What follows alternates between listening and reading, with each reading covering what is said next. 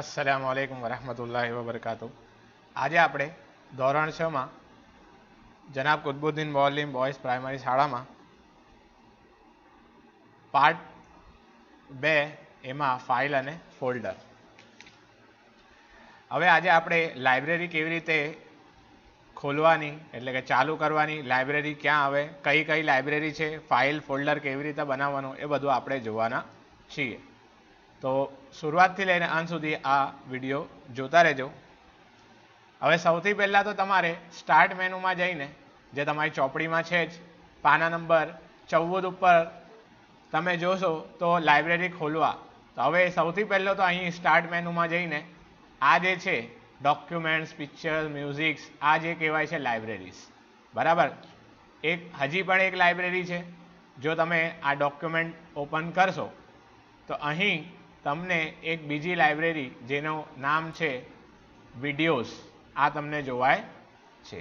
હવે libraries normally અહીં 3 આપેલી છે અને અહીં જે ચોથી લાઇબ્રેરી છે એ તમને લાઇબ્રેરી ફોલ્ડરમાંથી મળી જશે. હવે આપણે ફોલ્ડર અને ફોલ્ડરનો જો વિન્ડો છે એના વિશે આપણે જાણીએ. આ ફાઇલ્સ, આ ફોલ્ડર્સ છે. આ મેં અહીં તમને custom, office templates, new folder 2, 3, 4, 5, 6 આ બધા શું છે? ફોલ્ડર્સ છે. જેવી રીતે પાના નંબર 15 ઉપર તમને બતાવવામાં આવ્યું છે એવી રીતના જ. હવે બીજું કે ભાઈ આ જે છે ફાઇલ્સ છે, આ 4 વર્ડ ફાઇલ છે, એટલે કે માઇક્રોસોફ્ટ વર્ડ જે આપણે 5મીમાં ભણી ગયા, ધ ટાઈગરનો જે ફકરા આપણે જેમાં લખતા હતા તે ફાઇલ છે. અને આ છે એક્સેલની ફાઇલ, બરાબર. તો આ બધાને પણ એક્સેલ, આને બધાને પણ ફાઇલ્સ કહેવાય છે. ખાલી કોઈ પણ ટેક્સ્ટ હોય કે વર્ડ ફાઇલ હોય, એક્સેલ ફાઇલ હોય, તો એને આપણે ફાઇલ કહીએ. કેમ કે આપણે એમાં લખી શકીએ, બરાબર. બીજું કે ભાઈ ન્યૂ ફોલ્ડર જે તમારે રચવું હોય તો તમે અહીંથી રચી શકો છો. હવે લાઇબ્રેરી વિન્ડો, હવે લાઇબ્રેરી વિન્ડો વિશે આપણે પાના નંબર 15માં છે જ, તમને હું અહીં બતાતા જાઉં કે ભાઈ આને કહેવાય છે એડ્રેસ બાર. શું કહેવાય છે? Address bar. પછી આને શું કહેવાય છે? Address bar. કેમ? તમે અહીં એડ્રેસ લખી શકો એટલે. આને કહેવાય છે ટૂલ બાર. આ જે છે આને કહેવાય છે ટૂલ બાર. હવે આ ઉપર જે છે તમારે ચોપડીમાં સેમ ચિત્ર છે, અહીં એડ્રેસ બાર છે. પછી આને કહેવાય છે મેનુ બાર, જેમાં ફાઇલ, એડિટ, વ્યૂ, ટૂલ્સ અને હેલ્પ જેવા મેનુ ધરાવે છે. આને કહેવાય છે ટૂલ બાર. એમાં તમને ઓર્ગેનાઇઝ, શેર વિથ, કોઈની સાથે તમારે નેટવર્કમાં શેર કરવું હોય તો તમે કરી શકો. બર્ન એટલે કે તમારે આને સીડી ઉપર ઉતારવું હોય તો એને કહેવાય છે બર્ન. ન્યૂ ફોલ્ડર, જો તમારે આમાં નવું ફોલ્ડર ઉમેરવું હોય તો તમે અહીં ઉમેરી શકો છો. વર્તમાન લાઇબ્રેરીઝ એટલે કે અહીં છે તમારી, બરાબર. તમે લાઇબ્રેરી પોતે પણ બનાવી શકો છો. આ મારું માઉસ પોઇન્ટર જોવાય છે, અત્યારે હું અહીંયાની વાત કરું છું. બીજું છે નેવિગેશન પેન. આને કહેવાય છે નેવિગેશન પેન. અહીં એક તમને અલગથી એક લાઇન મળી, આ જોવાય છે તમને લાઇન, આને કહેવાય છે નેવિગેશન પેન કહેવાય છે. Detail pane. હવે ડિટેલ પેન જે છે આમાં 18 આઇટમ્સ લખેલું છે, એટલે કે 18 વસ્તુ છે. તમે અહીંયા ગણો 1, 2, 3, 4, 5, 6, 7, 8, 9, 10, 11, 12, 13, 14, 15, 16, 17 ને 18. શું છે? 18 આઇટમ્સ. એટલે જેટલી પણ અંદર વસ્તુ હશે, જેટલી પણ ફાઇલ્સ, ફોલ્ડર, ફોટોઝ, વિડીયોઝ, એ બધું અહીંયા તમને ડિટેલ પેનમાં બતાવે છે. એના વિશે આપણે આગળ જોતા જઈશું. પછી છે ફાઇલની લિસ્ટ, ફાઇલની યાદી અને ફોલ્ડરની યાદી તમને અહીંયા દર્શાવવામાં આવે છે. લાઇબ્રેરી પેન એટલે કે ડોક્યુમેન્ટ લાઇબ્રેરી, અહીં બતાવવામાં આવ્યું છે કે ભાઈ કયો લાઇબ્રેરીમાં છો તમે, તો ભાઈ તમે છો ડોક્યુમેન્ટ લાઇબ્રેરીમાં. જો અહીંયા બતાવવામાં આવે છે ને, આ સિલેક્ટ છે એટલે આના ઉપર તમને એક ગાઢા કલરનું લંબચોરસ જોવાય છે ડોક્યુમેન્ટ ઉપર, બરાબર. તો એને એમ કહી શકીએ કે ભાઈ આપણે અત્યારે ડોક્યુમેન્ટ લાઇબ્રેરીમાં છીએ. હવે તમારી જે આગળ જોઈએ તો આપણે કેવી રીતે ફોલ્ડર બનાવવાનું, ફાઇલ બનાવવાનું એ બધું આપણે જોઈએ. હવે તમને ખબર હશે કે ભાઈ તમારી ચોપડીમાં પાના નંબર 15 ઉપર લાઇબ્રેરી વિન્ડો, આ જે છે મેં તમને જે ચિત્ર દર્શાવું છું અત્યારે, બરાબર, એના વિશે આપણે જોયું. બરાબર. હવે એડ્રેસ બાર, તો જો તમને એડ્રેસ બારમાં અહીંયા મેં તમને પહેલાં કીધું કે ભાઈ જે તમે કોઈ પણ અહીંયા આપણી ચોપડીમાં આપણે જોઈએ તો શું લખેલું છે ભાઈ, લાઇબ્રેરીઝમાં જઈને ડોક્યુમેન્ટ દર્શાવો, તે અર્થે લાઇબ્રેરીમાં ડોક્યુમેન્ટ સંગ્રહેલ છે.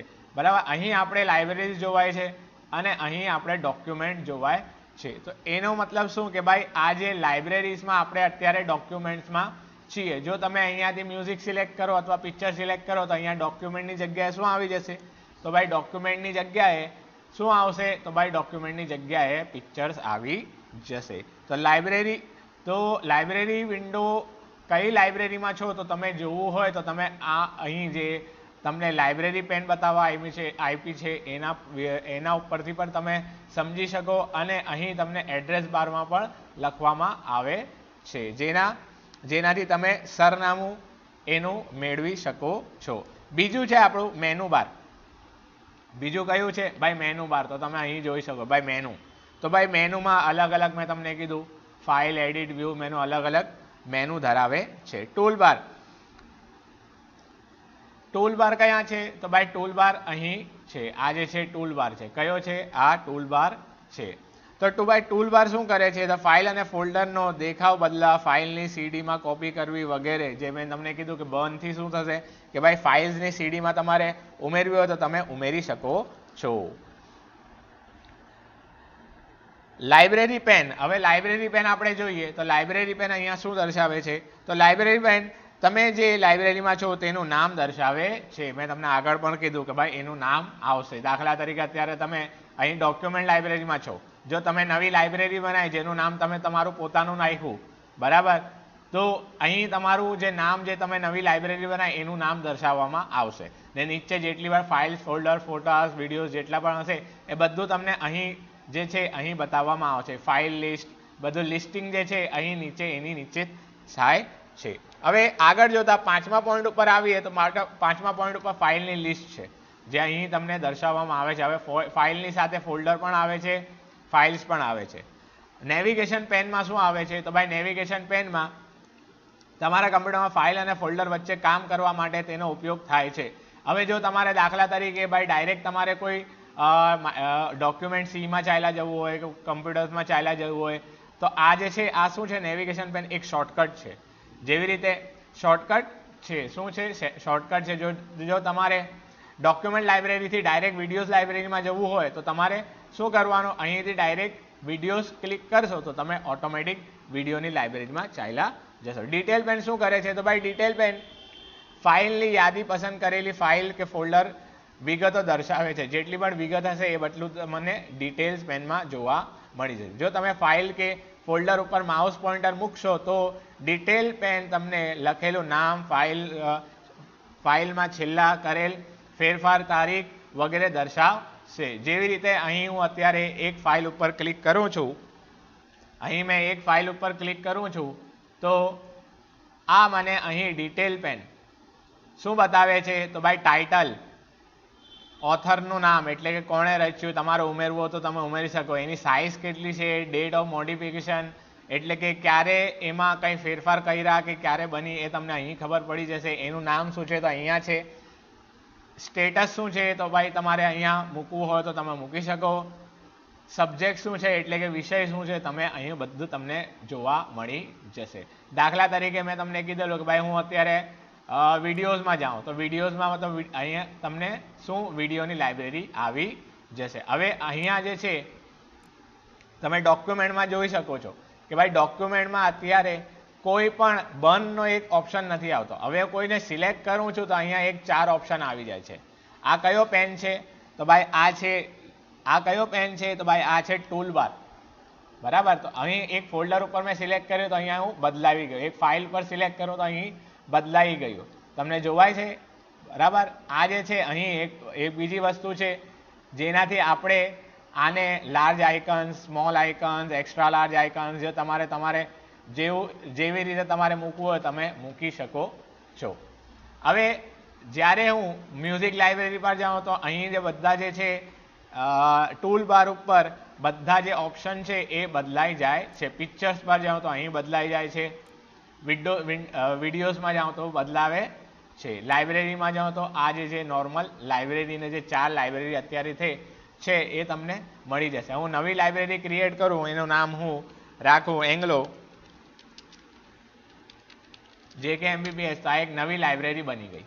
બરાબર, શું બન્યું? એક નવી લાઇબ્રેરી બની ગઈ. ચાલો હવે આપણે ડોક્યુમેન્ટ્સમાં ફાઇલ અને ફોલ્ડરમાં કામ કેવી રીતે કરવાનું એના પહેલાં આપણે આ જે છે પેજ નંબર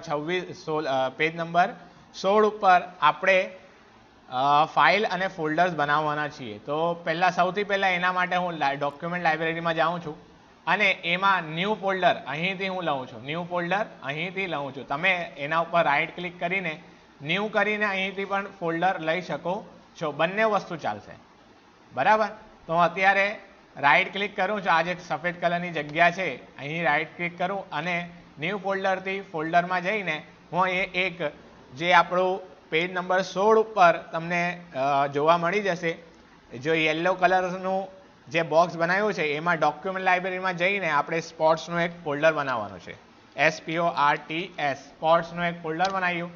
હવે એમાં આપણે એને ઓપન કરવાનું છે, રાઇટ ક્લિક કરીને ઓપન. હવે એમાં આપણે 2 ફોલ્ડર બનાવવાના છીએ. એક ફોલ્ડર બનાવ્યું, એનું પહેલાંનું નામ INDOOR, ઇન્ડોર ગેમ્સ, અને બીજું એક નવું ફોલ્ડર લઈએ તો એનું નામ આપવાનું છે આઉટડોર ગેમ્સ. બરાબર, 2 ફોલ્ડર રચી નાખ્યા આપણે. હવે આને કહેવાય છે સબ ફોલ્ડર. કેમ સબ ફોલ્ડર કહેવાય છે? કેમ કે સ્પોર્ટ્સના ફોલ્ડરમાં 2 ફોલ્ડર છે એટલે કે આને કહેવાય છે સબ ફોલ્ડર. હવે ઇન્ડોર ગેમ્સમાં આપણે સૌથી પહેલાં 2 ફાઇલ રચીશું. બરાબર, શું છે આ ફાઇલ રચવાના? તો આપણે માઇક્રોસોફ્ટ વર્ડની 2 ફાઇલો રચીશું. તો હવે ફાઇલ રચવા માટે સિમ્પલ રાઇટ ક્લિક કરીને ન્યૂમાં જઈને અહીં માઇક્રોસોફ્ટ વર્ડ ડોક્યુમેન્ટ, આની એક ફાઇલ આપણે રચી, એમાં લખીએ આપણે CHESS, ચેસ. બીજી એક ફાઇલ છે, ફરી આપણે એના ઉપર અહીં ક્લિક કરીને રાઇટ ક્લિક કરીને ન્યૂ ફોલ્ડરમાં જઈને આપણે માઇક્રોસોફ્ટ વર્ડની એક બીજી ફાઇલ બનાવવાની છે. હવે આને આપણે રીનેમ કરવાનું છે. તો રીનેમ કરવા માટે રાઇટ ક્લિક કરીને રીનેમ, આને આપણે કેરમ નામ આપીશું. હવે મારે બેક જવું છે તો મારે અહીંથી બેક જવાનું. આપણે 2 ફાઇલ રચી નાખી. શામાં રચી છે? ઇન્ડોર ગેમ્સમાં. હવે આપણે બેક જઈએ તો આપણે ઇન્ડોર ગેમ્સ અને આઉટડોર ગેમ્સનો જે છે ફોલ્ડર જ્યાં છે ત્યાં આપણે આવી ગયા, એટલે કે સ્પોર્ટ્સમાં આવી ગયા. બરાબર, અહીંયા લખેલું છે જો સ્પોર્ટ્સ. હવે આઉટડોર ગેમ્સમાં આપણે 2 ફાઇલો રચવાની છે. એવી રીતના જ રચવાની છે. આપણે રાઇટ ક્લિક કરીને ન્યૂમાં જઈને માઇક્રોસોફ્ટ વર્ડ ડોક્યુમેન્ટ, એમાં જઈને ફૂટબોલ, બરાબર, જેવી રીતે આપણે ચોપડીમાં બતાવ્યું છે પાના નંબર 16 ઉપર, છોકરાઓ ચોપડી લઈને બેસજો. અને ફરી આપણે એક નવું ફોલ્ડર બનાવીએ, નવું ફાઇલ બનાવીએ, રાઇટ ક્લિક કરીને ન્યૂ કરીને માઇક્રોસોફ્ટ વર્ડ, એમાં હોકી, HOCKEY, હોકી. આ આપણે શું રહીશું? તો ભાઈ આજે પીલા બોક્સમાં એક ફોલ્ડરમાં એક સબ ફોલ્ડર 2 સબ ફોલ્ડર રહીશા. લાઇબ્રેરીઝમાં, ડોક્યુમેન્ટમાં, સ્પોર્ટ્સમાં, બરાબર, SPORTS, સ્પોર્ટ્સ ફોલ્ડરમાં આપણે 2 સબ ફોલ્ડર રહીશા. સ્પોર્ટ્સ ફોલ્ડરમાં હું આઇકન લાર્જ કરું છું. બરાબર, તો આપણે સ્પોર્ટ્સમાં 2 ફોલ્ડર રહીશા, એને સબ ફોલ્ડર કહેવાય છે.